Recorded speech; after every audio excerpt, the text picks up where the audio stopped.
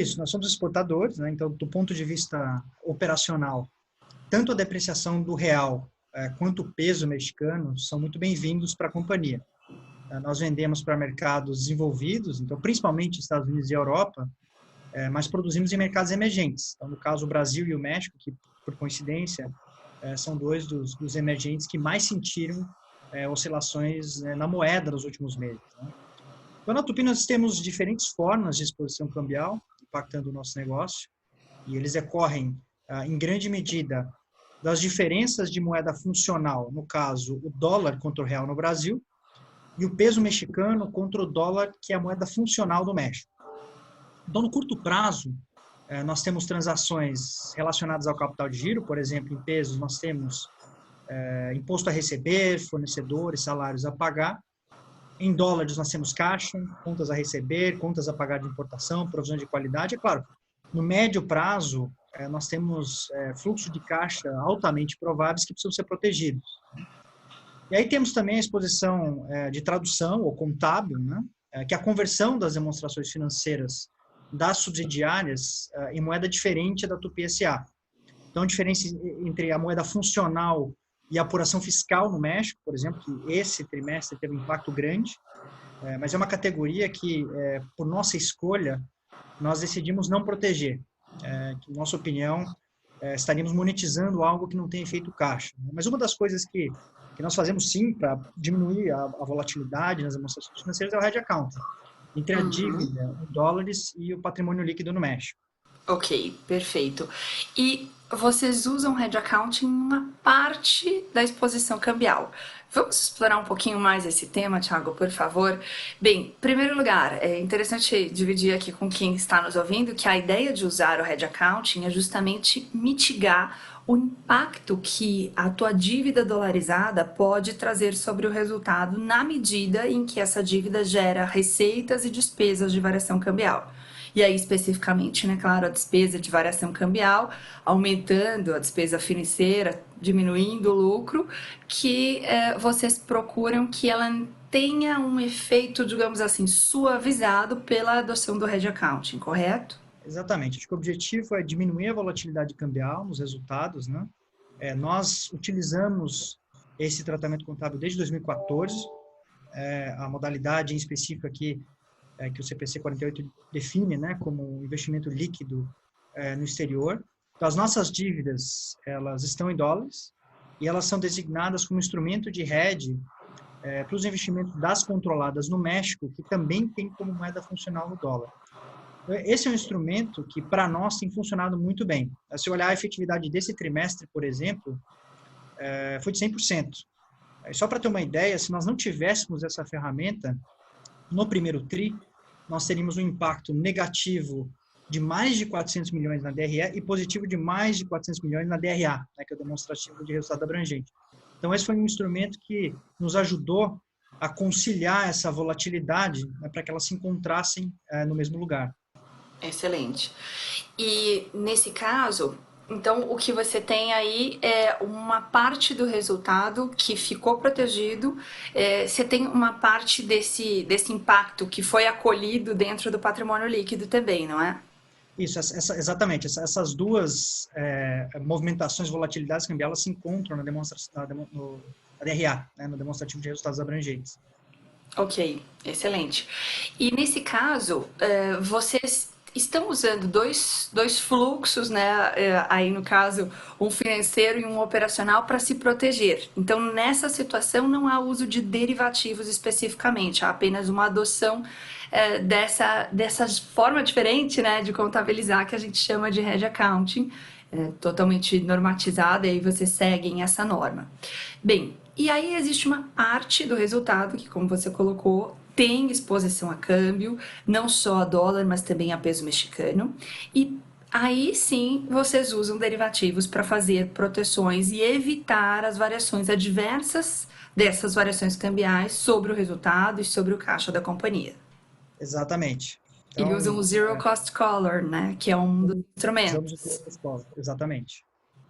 Acho que E existem vários instrumentos disponíveis, né, Berenice? Acho que a NDF, por exemplo, ela trava um câmbio, então qualquer desvio para cima ou para baixo, ele acaba resultando em pagamento. No Zero Cost Collar, e o pagamento desse ajuste ele só acontece a partir de um nível maior, ou seja, uma faixa de preço existe em que você não paga o ajuste.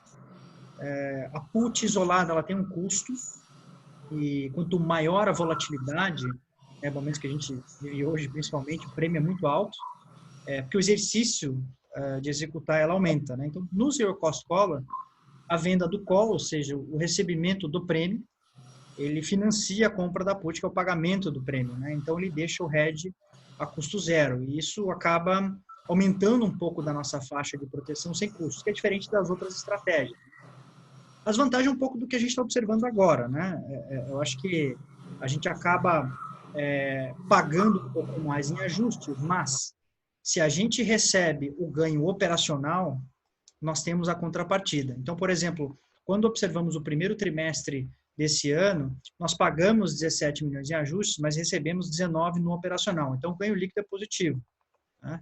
Então, para a diluição do risco, dada a incerteza nas datas dos embarques, nós não conseguimos caracterizar isso como hedge account, mas nós contratamos inúmeras operações que vencem quase diariamente ao longo de cada mês. Então, o primeiro trimestre, ele recebeu uma variação cambial muito forte, tanto o real quanto o peso, né? Depreciaram muito mais do que até a média das outras moedas, e o resultado financeiro ele é imediatamente penalizado. Uma vez que todas essas operações em aberto de derivativo, então no nosso caso até dezembro, elas precisam ser registradas contabilmente com o dólar de fechamento, a despeito de quando elas vão vencer. Então, a nossa receita desse TRI, ela foi feita a um câmbio médio do trimestre de 4,47, né, que é o que forma o EBITDA, enquanto a regra contábil, ela exige registrar os passivos e os ativos em dólar pelo câmbio final do trimestre, que foi 5,20. Então, mais uma vez, infelizmente, pelo descasamento das taxas de embarque dessas transações, a gente acaba não conseguindo caracterizá-las como hedge accounting, né?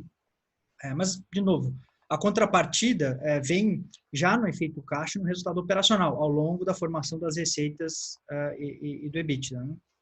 Então, o Zero Cost Collar é uma das opções, ele tem sido muito eficiente ao longo dos anos, e não acho que em função de um cenário de tanta volatilidade como a gente operou agora, que é um instrumento que, na nossa opinião, deixaria de ser utilizado. Excelente. E é interessante comentar que esse uso do zero cost, ele tem o intuito de proteger tanto o resultado de variação cambial sobre o teu caixa, quanto o teu resultado. Mas em algumas situações, né, enquanto esse instrumento está em aberto ainda antes do seu vencimento, ele tem uma marcação a mercado que precisa ir para a demonstração financeira, que impacta teu resultado, e é aquele famoso número que afeta o resultado, mas não afeta o caixa, né? E até vocês fizeram um destaque ali logo nos primeiros bullets. Bastante isso Aos investidores, mostrando, né, o quanto vocês tiveram itens não caixa afetando o resultado deste primeiro trimestre.